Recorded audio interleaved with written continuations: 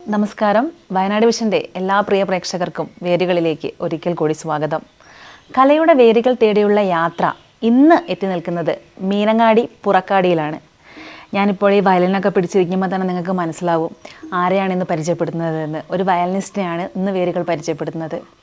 Tripunithura RLV കോളേജിൽ violin വാദനത്തിൽ ഡിപ്ലോമയും അതുപോലെ തന്നെ ഡിഗ്രിയും പൂർത്തിയാക്കിയ നമ്മുടെ സുനിലേട്ടൻ ഇപ്പം നിരവധി പ്രോഗ്രാമുകളിലൂടെയും നിരവധി സ്റ്റേജുകളിലൂടെയും നമുക്കേറെ പരിചിതനാണ് സുനിലേട്ടൻ. സുനിലേട്ടൻ്റെ വയലിൻ വായനയും അതുപോലെ തന്നെ അദ്ദേഹത്തിൻ്റെ വിശേഷങ്ങളും ഒക്കെയാണ് നമ്മൾ ഈ ആഴ്ച വേരുകളിലൂടെ പരിചയപ്പെടുന്നത്.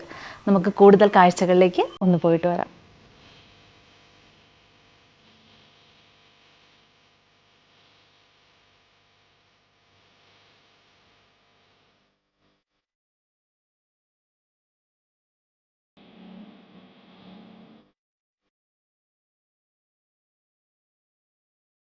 വയലിൻ തന്ത്രികളിൽ വിസ്മയം തീർക്കുകയാണ് മീനങ്ങാടി പുറക്കാടി സ്വദേശി സുനിൽ.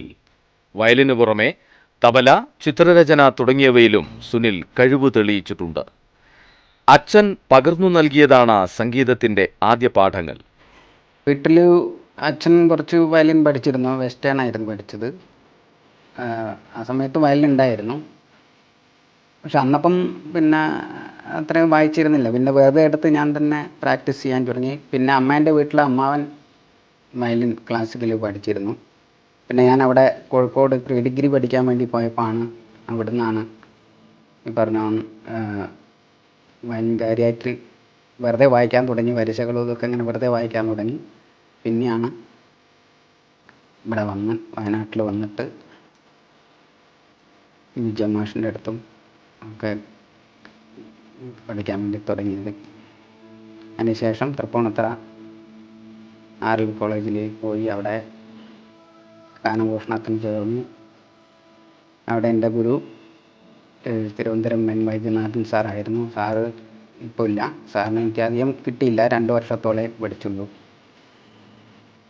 പിന്നെ സാറ് മരണപ്പെട്ടതിന് ശേഷം പിന്നെ തിരുവഴ G ഉല്ലാസ് സാർ അവിടുത്തെ പ്രൊഫസറായിരുന്നു. സാറിൻ്റെ കീഴിലായിരുന്നു പഠനം ചെയ്തിരുന്നത്.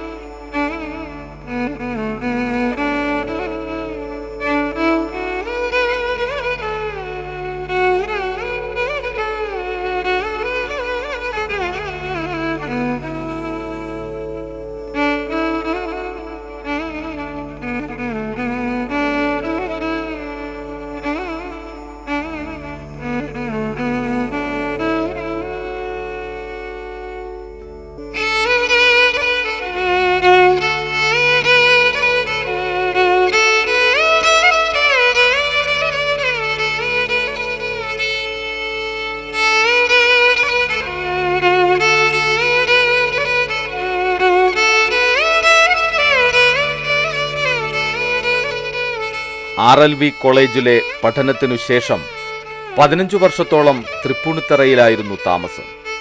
പിന്നീട് വയനാട്ടിൽ തിരിച്ചെത്തി. ഇപ്പോൾ സ്റ്റേജ് പ്രോഗ്രാമുകളും കച്ചേരികളും കുട്ടികൾക്ക് വയലിൻ ക്ലാസുകളുമൊക്കെയായി തിരക്കിലാണ് സുനിൽ.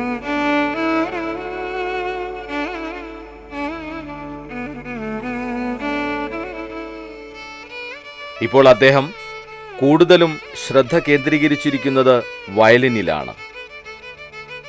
എങ്കിലും ചെറുപ്പത്തിൽ തന്നെ തബലയുടെ ആദ്യ പാഠങ്ങൾ സ്വായത്തമാക്കി. സ്കൂൾ ടൈമിൽ പങ്കെടുക്കുക എന്ന് പറഞ്ഞാൽ ഞാൻ വയലിനൊന്നും പങ്കെടുത്തിരുന്നില്ല. അന്ന് തബലയായിരുന്നു പഠിച്ചിരുന്നത്. ഒരു 5ാം ക്ലാസ് 6ാം ക്ലാസ് ആയിരുന്ന സമയത്ത് തബല ആയിരുന്നു പഠിച്ചത്. പിന്നെ സ്കൂളിൽ ഇതുപോലെ എന്താ പറയുക, സംഘഗാനം അങ്ങനെയുള്ള പരിപാടികൾക്കൊക്കെ, ഒപ്പന അങ്ങനെയുള്ള ഇതിനൊക്കെ അതേപോലെ വായിക്കുക.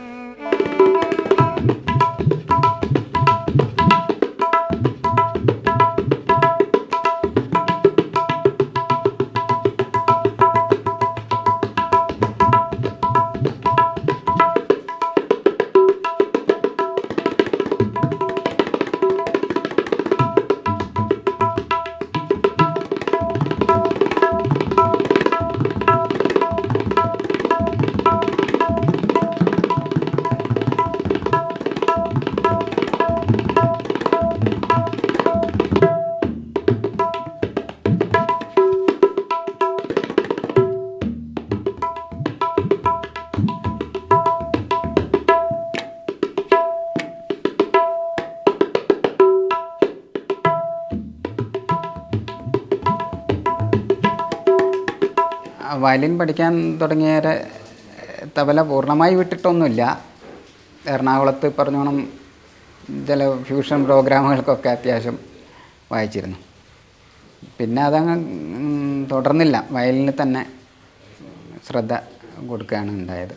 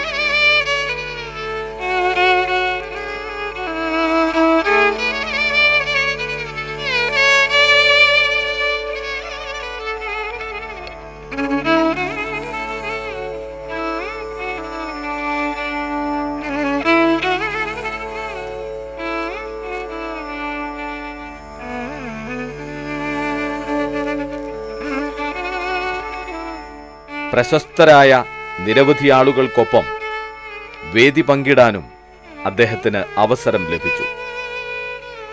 സംഗീത മേഖലയായിട്ട് ബന്ധപ്പെട്ട് മറക്കാൻ പറ്റാത്ത അനുഭവങ്ങളുണ്ട്. അതൊന്ന് ദക്ഷിണാമൂർത്തി സ്വാമീൻ്റെ ഒപ്പം സ്റ്റേജ് പങ്കിടാൻ ഒരു ഭാഗ്യം ഉണ്ടായിട്ടുണ്ട്. പിന്നെ ശങ്കര നമ്പൂതിരിൻ്റെ ഒപ്പം, പിന്നെ കൈതപ്രം ദാമോദരൻ നമ്പൂതിരി സാറിൻ്റെ ഒപ്പം, അങ്ങനെ ഉള്ള മഹാന്മാരുടെ എല്ലാം കൂടെ ഇരിക്കാൻ പറ്റിയിട്ടുണ്ട്.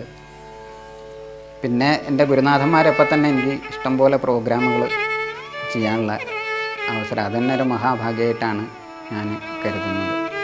അതിൻ്റെ അനുഭവം എന്ന് പറയുന്നത് എന്താ, ഗുരുനാഥന്മാരൊപ്പം ഉള്ള ആ ഒരു സ്റ്റേജ് പങ്കിടൽ, അവരെ കൂടെ വായിക്കുക, അത് എനിക്കൊരു വലിയൊരു അനുഭവങ്ങളും പാഠങ്ങളും സമ്മാനിച്ചിട്ടുണ്ട്.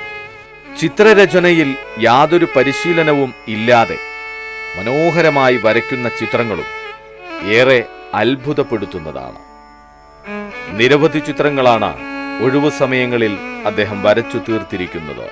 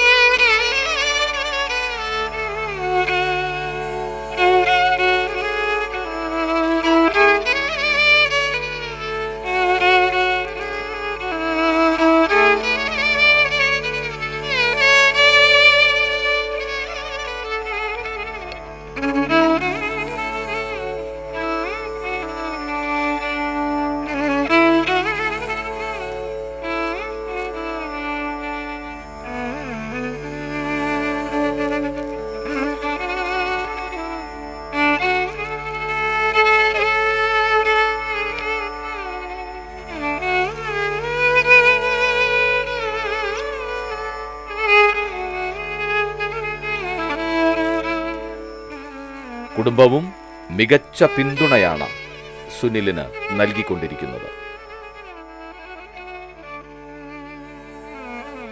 വീട്ടിലിപ്പം ഭാര്യയുണ്ട്, അമ്മ ഉണ്ട്, പിന്നെ അനിയൻ്റെ ഭാര്യ, 2 കുട്ടികൾ. അവർ അപ്പുറമാണ് താമസിക്കുന്നത്. വീട്ടിലെല്ലാവരും സപ്പോർട്ട് തന്നെയാണ് ഈ മ്യൂസിക്കിന്.